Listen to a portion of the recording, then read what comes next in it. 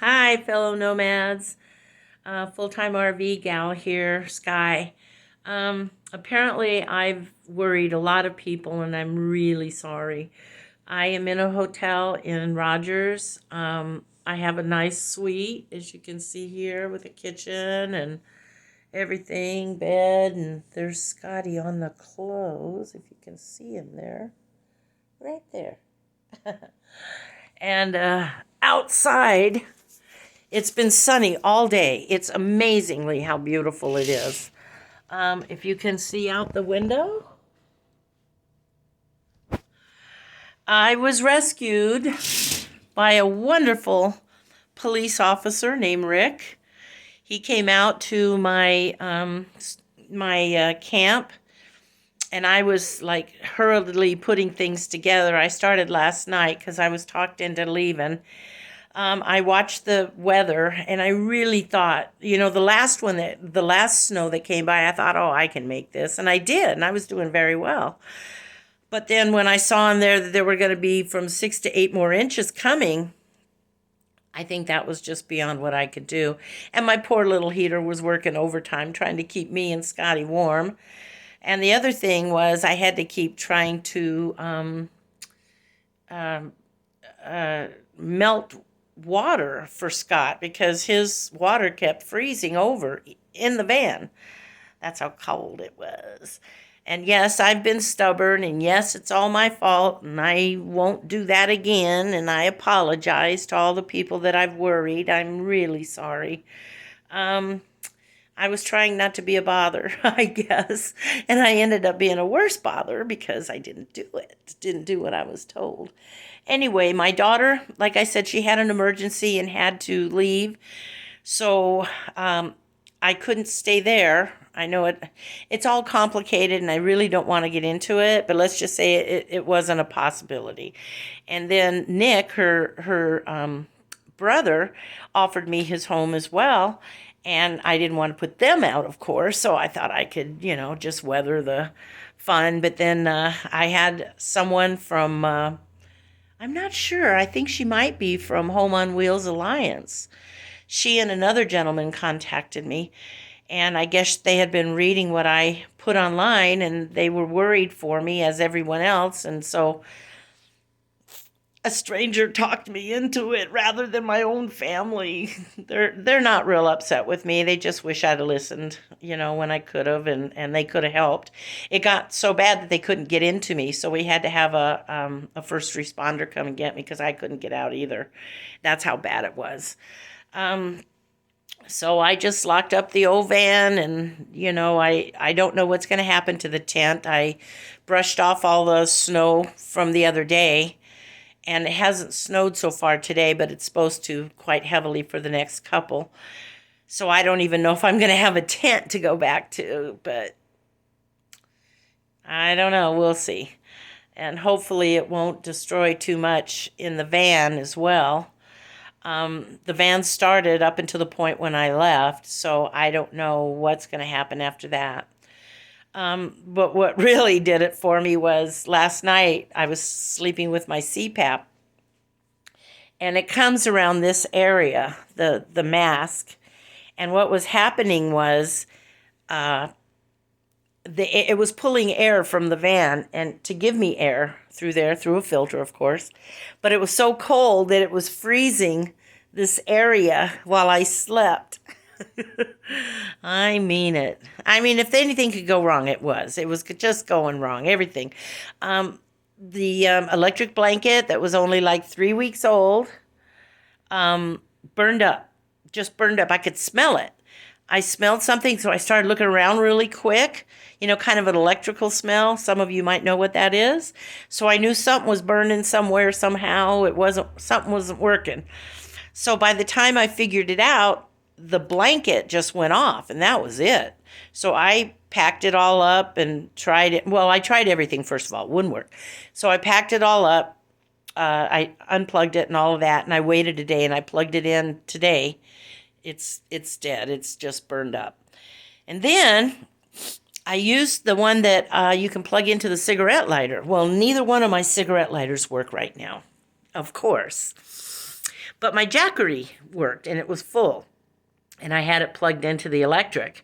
And so I could plug in the cigarette lighter part of the blanket, because that's all there is. There is no plug-in for it, darn it. And it kept me one night, and then I noticed that the Jackery was down to 28. And I thought that was funny because I have it plugged into electricity, so kind of on tandem kind of thing, just using it. And come to find out, the Jackery was not recharging. I've checked the plugs, I've checked everything electrically, and it was not recharging. And because of the weather and because of everything that was going on, I just couldn't deal with it anymore. I just thought, I've been MacGyvering everything as best I can. I've got the window shut. I've got it all. I mean, I was in like a little tiny cubicle part of the van, and I tried to cover everything else up. Excuse me. But because I have a very rambunctious cat, he decides he likes to pull them all down. He thinks it's funny. I didn't. So I quit fighting him on that, and so it made it quite a bit colder because of it. And no matter what I did, I mean, I even tried putting it in the doors and, trying to do it that way, but one way or another, he'd figure out a way to knock it out. So there we are. So we're in the suite. They have food here. They have free laundry. Never heard of it before, and I travel a lot. So I'm going to go in there. I didn't even have a chance to really gather up a whole lot of stuff, but I did gather some clothes. If I'd have known they had free laundry, I'd have really done it. But I had that patrol car pretty much full of my stuff. And I left so much behind that I needed. But, when it's an emergency, you do what you can do. I have plenty of food. I have plenty of everything that I need, and I can buy food right here at the hotel. And they have supposedly they were supposed to have free breakfast, but they don't, and that's okay too, because they've got all kinds of stuff you can buy. They have free coffee and tea and everything. So I just tootle myself with my mucklucks. I tootle down the hallway. I'm already well known around here, and everybody addresses me. Of course. How can I ever get away with anything? So I'm in my jammies as I tootle down the hallway, and I get my coffee, and they all giggle, and they're very kind. And because I forgot Scotty's box and his litter, just as we got here, I went, oh my God, and that's so important too, because someone else is paying for this suite, and I want to make sure that everything is just as nice when I leave. So it wasn't really a mile to Petco, but it sure felt like it in the snow. So I walked all the way to Petco in the snow. And there was a little note on the door. It said, "No electricity. We're closed." Oh, for heaven's sake. So I went to Lowe's, which is across the street. No electricity and no animal stuff. As I was walking by I was getting ready to go home from the Petco, and there was a Whole Food Market. Same thing. Little note on there because I was going to go in there and get some supplies. I had my backpack. I could put shit in my backpack, and I had another little bag that I brought with me that I could carry back. Same thing. Note on there. We're closed. No electricity. And so I just stood there. She could see my face. I didn't know there was anyone in there, and she could see my face. I'm going... So she opens the door. She goes, "If you have cash, you can come in and buy whatever you want." And I went, I had $20 exactly because I'd gotten it at the ATM. And I hate giving up what cash I've got, but that's what it's for, I suppose. And I went in there and asked her if she had a cat box and cat litter. I had food and everything, but I just needed that. Well, we looked at the animal area. No litter, no boxes. But she says, wait a minute, come around back. And I used because they had no electricity either, and you can't see anything. So she took me in the warehouse area, and I turned on my light on my phone. I do know how to do that.